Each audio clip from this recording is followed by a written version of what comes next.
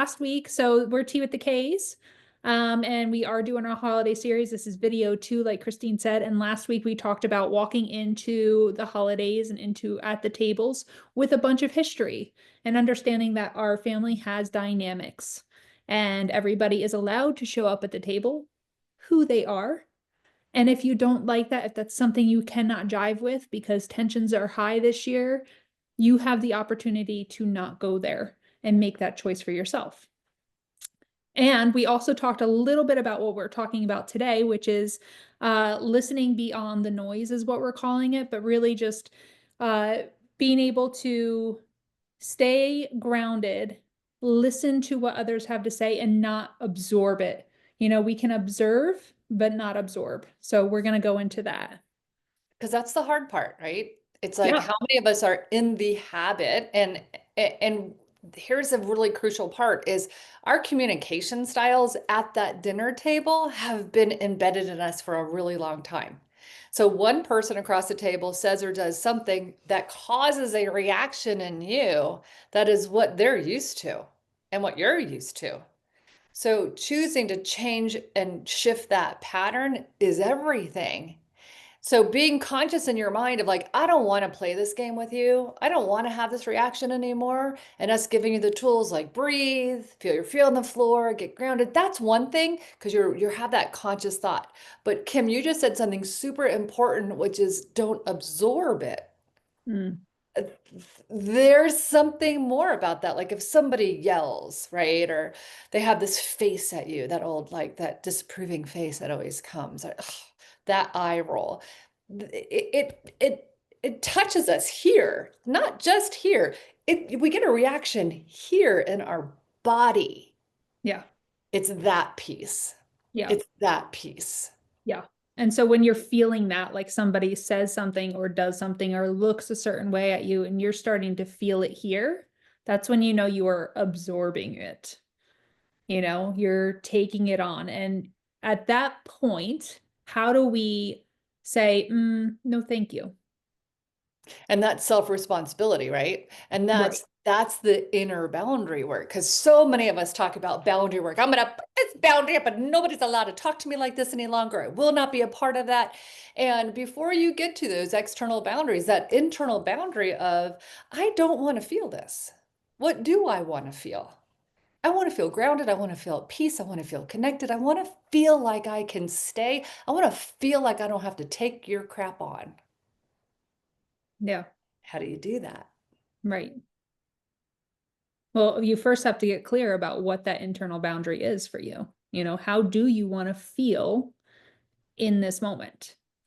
And now, what steps can I take? What actions can I take to ensure that happens? And sometimes that is removing yourself from that situation. Or Yeah. sometimes it is saying, you know what, like this conversation, I'm not down for this conversation and I don't want to feel icky, but I still want to be connected with you. So can we just switch the conversation now? Yeah. You know? Yeah. So what happens too, like I know like a lot of the feedback that we get is like, yeah, but like what if my dad is an asshole? Like what if he is somebody who yells and just puts everybody down all the time? Do we just not invite him to Thanksgiving anymore? It's a Mm, good question, it right? is a good question. And there's so many answers to that question. Yep. And the answer that you have for this holiday doesn't necessarily have to mean it's going to be the answer for next holiday, right? Or even next week. But if you stay in the truth of today and you go, what do I really want? Do I want my family to be together this year? Does that include my dad? Do I want my father's behavior, his words, his actions, his energy to impact my kids? Because I'm really worried that it's going to destroy my kids. You Mm, got to stop and look at that for a minute, right? Because this is like the fabric and the beauty of life, actually, that we will be surrounded by people that are hard and difficult. We will be surrounded by people who are lovely and amazing and beautiful. Life is that spectrum. It is. And when we're parents and we have kids, our job is to truly help them navigate that situation of like, hey, is it true that your grandfather can speak that way? Yes, it is. Is it about you? It's not. What's it about? It's about something that he learned a long time ago. I don't know if he's ever going to be able to change that. What I do know to be true is at the core of him, and by the way, the core of all of us, my personal belief system is we are all infinitely perfect, beautiful, and good. And I believe that about everybody. And I believe that so many of us have developed behaviors and habits and safety mechanisms along the way because that beautiful part of who they are was hurt. And it was the only way they knew how to protect themselves. The thing about this communication is we're so afraid to tell ourselves this and our children this because it sounds a little woo-woo, little like, give me a break, like he's just a dick. Was he when he was 2? When he was 5? Or was he just this beautiful little boy who learned how to maybe yell and scream as to not be yelled and screamed at any longer? I don't know. But again, as Mm. parents, our job is to help our children understand. We're going to get both sides of this all the time. Who do we want to teach our children to be in the center of that? Yeah. You know? Yeah, and I think it's interesting because there is uh like that contrast of like I want to be with my father and he's an asshole, Mhm. right? And so I do want to have this connection with him and he's an asshole. So can I do that? Can I do both things? And I believe in most situations you probably can. There are some situations you can't. That's There right. are some people that are just so abusive because they've been so abused and that's what they've learned Yep. that it's actually unhealthy to be around.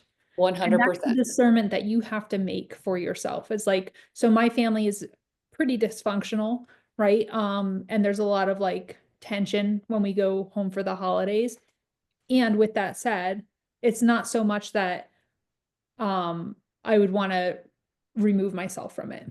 But I could see how for some people it totally could be. Yeah. Yeah.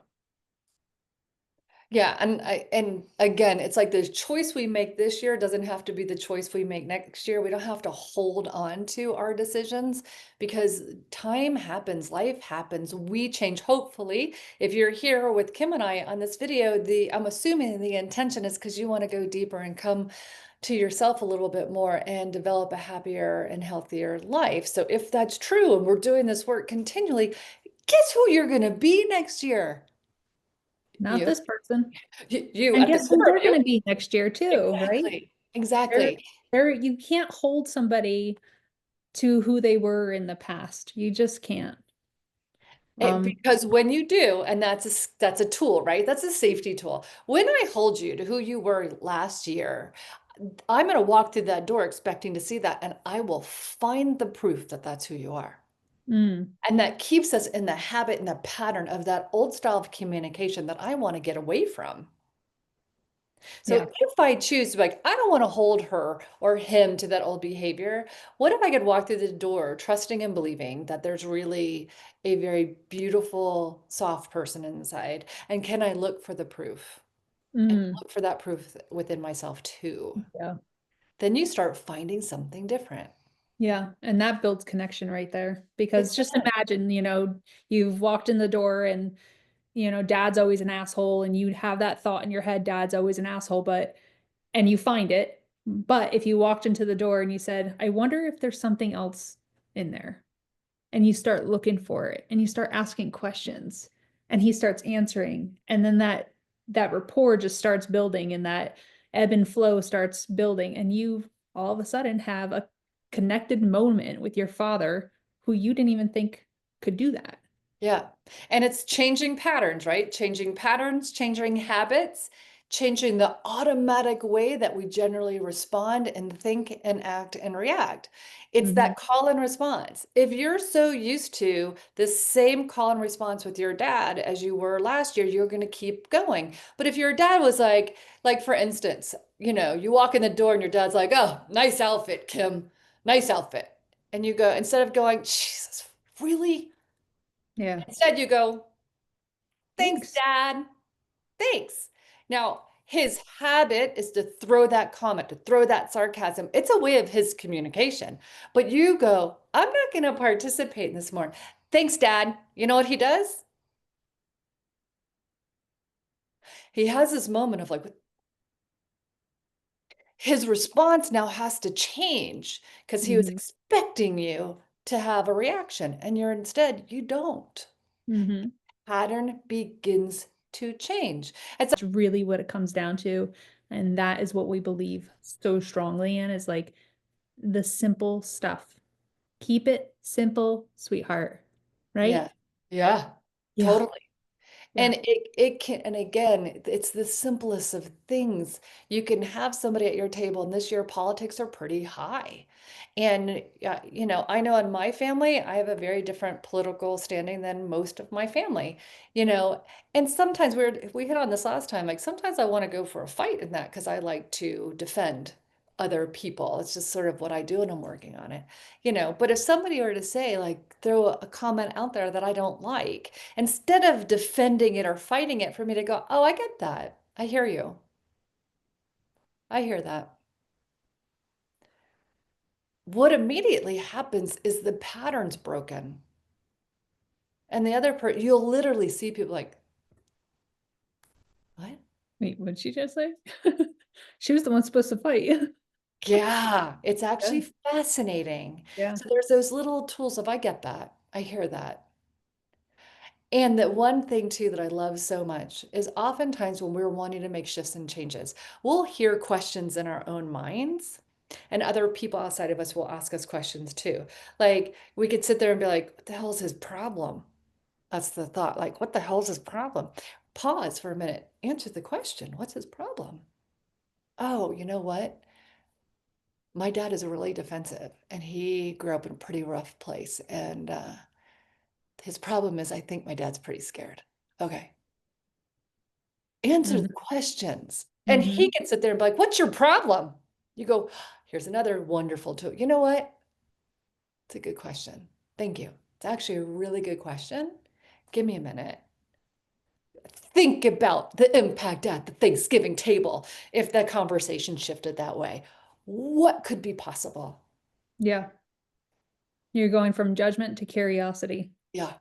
Yep. And we're also showing our children and the next generation how to show up differently too when they're, because you're always like life is always going to give you some kind of opposition to come up against. And how are we going to handle that? Are we going to fight to the death? Are we going to hide in the corner? Or are we going to stand and just say, okay, yeah, I get that. I see that. I hear that. Yeah. Because I'm that's the only, curious. say that way, say it again. I'm curious. Yeah. Tell me more. Yeah. When you find yourself wanting to be the authority on a topic, this is another thing at this time, especially when politics are high, when you feel as if you want to be an authority on a topic, what I can tell you right now is you're creating that wall between the two of you. And you Hmm. can choose that. Or you Yeah. can choose to take down the wall, leave your authority out the door, and meet each other in the company of each other instead. Stay in Hmm. curiosity, stay in community. Yeah. If your authority pops up, because I know mine will. It's such a habit of mine. And I like to be a little bit of a teacher. Like it's sort of like I've learned over time. Like if I can give you information, it's how I show you I love you. But a lot of people don't want my information. And I don't ask, like, do you want my information? I just go "Bleh," and I give it. And so I have to work at that, right? Like I have to really work at it. So my job this Thanksgiving is to notice when that authority likes to rise up because I'm trying to connect in an old way and be like, I'm sorry. Hold on. Yeah. Give me a minute. Yeah. Give me a minute. How do I want to feel? Do I want to feel like I'm an authority or do I want to feel like I'm connected with you? Pass the stuffing. Yep. Apple pie. Pumpkin. Yep. Yeah. And it's a practice. It's a practice. And part of that love framework that we try to share so much is listen. It's my job to listen to that old habit of mine. It's my job to observe when that habit wants to pop up and who it's popping up with. Because usually it's the person that I'm the most needy of receiving the love from, right? Mm. And then Mm. pause, take a breath, validate myself from that understanding, the empathy of understanding. oh, the reason why my pattern is this way is because I learned a long time ago that if I prove myself, you might want me. It just Mm-hmm. doesn't work anymore. Mm-hmm. And then how do I offer that same reflection to the person across the table? Right. Yeah. So we gotta, um, I just want to go into some little skills and tools that we can give everyone to go into the holidays with because it is a practice and it is new. Like, what are like three things that we can give people to just, they feel that they're absorbing something. How can they stay in center with themselves? What are three things that, like, when they feel the rise happening, what can we do? I know You for know, me, a yeah, go lot, ahead. like it's one of them is like something's affecting me. Like I have to tell myself, I don't have to fix this, Yeah, because I like to fix things. And sometimes when I fix things, it's more of like an authority fixing. Like I'll tell you how to do this, right? I'll tell you what the right answer is. yeah, Um, so I have to remind myself, I don't need to fix this. This is not my problem to fix. yeah. And there's really nothing to fix. Correct. It just is. Yeah. You know, I would say tool number two, and I just Hmm. was teasing when I was like, pass the stuffing. Tool number two is don't stuff it. Don't be careful when you're sitting at the table that you observe a feeling inside and then you start eating to stop yourself from speaking. I think a lot of us do that, where that's part of the retreat, right? So Hmm. instead, the power of the pause is one of the most amazing tools I think we can possibly ever have. And in that moment, I'm a big proponent of push your feet into the ground, bring your awareness to your feet, push slightly into the ground, and take a breath in. Hmm. And you went to number one, try not to fix it. I would say almost in that moment, breathing and almost going to forgiveness. And forgiveness is a funky word, but that's just what came up for me in that moment was like, can I take a breath and just forgive myself all the times I've wanted to react and teach and fix and just be Mm. like, huh, what if I could just stay right here and be like, it's okay. You've Yeah. done that for a reason, and I forgive you for putting that wall up. And Yeah. you don't have to stuff it down with food. Just pause. Yeah. The other thing about the pause is when you allow yourself to pause, you have that automatic response that comes up here, what you might want to say, you pause, you go beneath that response. And when you go beneath that response, you have the ability in that moment to tell a deeper truth about the person across the table and the truth of what you want. Right. That pause is everything. And I'm gonna hitchhike on that pause thing. Hi, Carl. Um so for me, for pausing, like I actually have to, a lot of times I'll go to the bathroom. Hmm.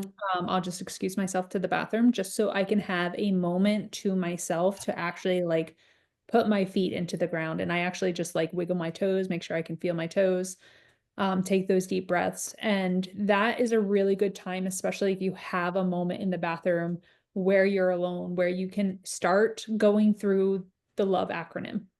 What am I listening to? Myself and others. What am I observing? Myself and others. What needs to be validated here and who needs to feel valued here? And is there any understanding?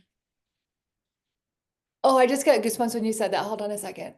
Because, oh my God, I just got goosebumps. I might cry. Love when So, I do that.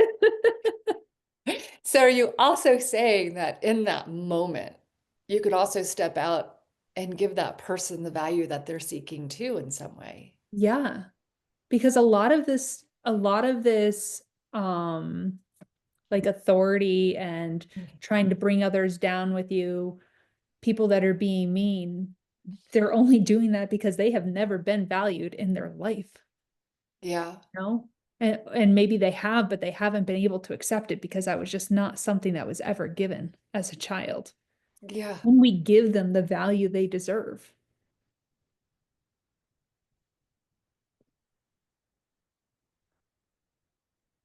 Yeah. Yeah. It's not that hard. It's just, it's a little scary, right? Like it's a little like, you know,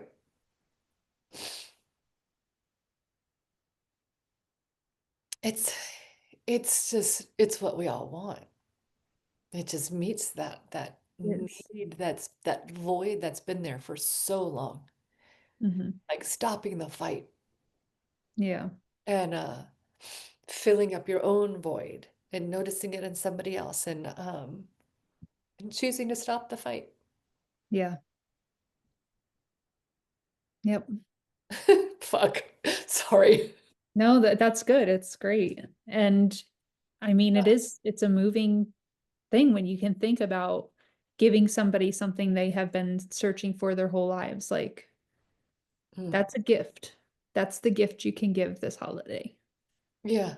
to everyone around you is, and how do we get to someone feeling valued and valuable is that we go through the listening and the observing first. You have to go through those two.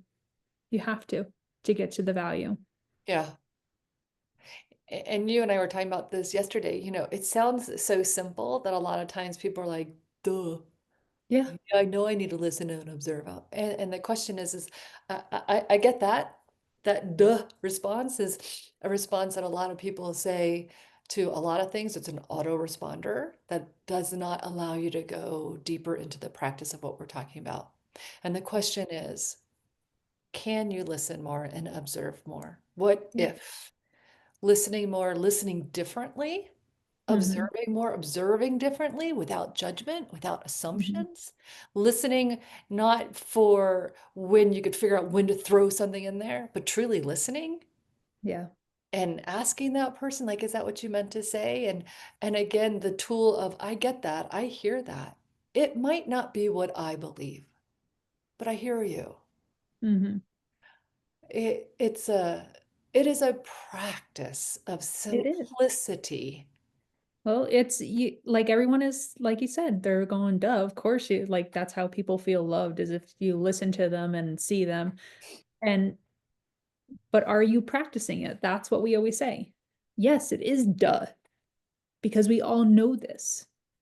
But are you actually practicing it?